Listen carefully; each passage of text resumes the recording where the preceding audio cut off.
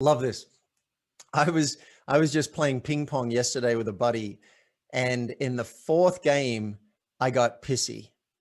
I got annoyed. I ended up slamming the ball off on the side in a real moment of anger. And at the end of that game, I said to him, I got attached. Mm. That was what attachment looked like. I was attached to winning.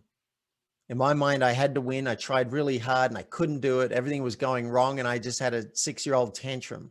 So that's attachment. And he said, his name was Guy Guri.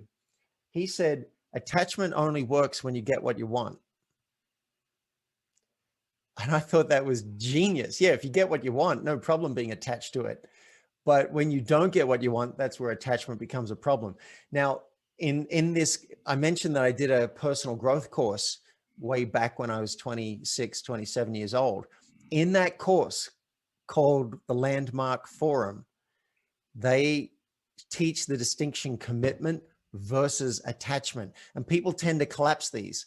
So when I'm pitching this celebrity to be on my podcast, what attachment would look like is getting annoyed and frustrated and angry when I'm not getting the result that I want. What some people do is they just collapse and they go, oh, well, I'm just going to stop trying because I just can't hear a no one more time. Now you're attached. So you just collapse. No, there's another space to stand, which is commitment. And the commitment is a place to stand where I am going to show up unapologetically and maybe even joyfully moving in the direction of something that matters to me. You can do whatever you want. I am committed that you be on my podcast and I'm going to do everything in my power to make that happen. You do whatever you want. This is how I'm going to show up, and you should expect that from me.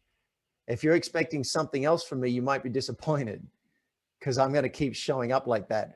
I had a friend who was suicidal and he didn't want me to share certain things with his family. And I said, you got another thing coming. I'm going to do everything I can in my power to keep you here on the planet. And that involves sharing anything and everything you've said with anyone in the world that I think can help you. That's what I'm going to do. So now you know who I am and what you can count on me for. You got a problem with that? We can talk about it now, but that's who I am. That was me being committed to a certain plan of action and a certain outcome. Now, did I get attached as well? Yep. I tell you what, I lost some sleep because I noticed I was really scared that he might kill himself at any moment. So I noticed I also was attached, but the noticing of it allowed me to chill a little bit.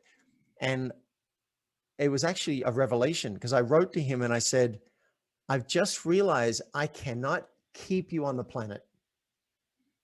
I don't have the power. I can show up committed, like Martin Luther King freeing the slaves, right? That's what I think of. Like I can show up like that, but I cannot make it happen. And that gave me a little bit of peace. I think some of my attachment dropped a little bit. I said, I cannot keep you around. That bit's going to be up to you, but I can control my actions. And I think that's more where commitment lies.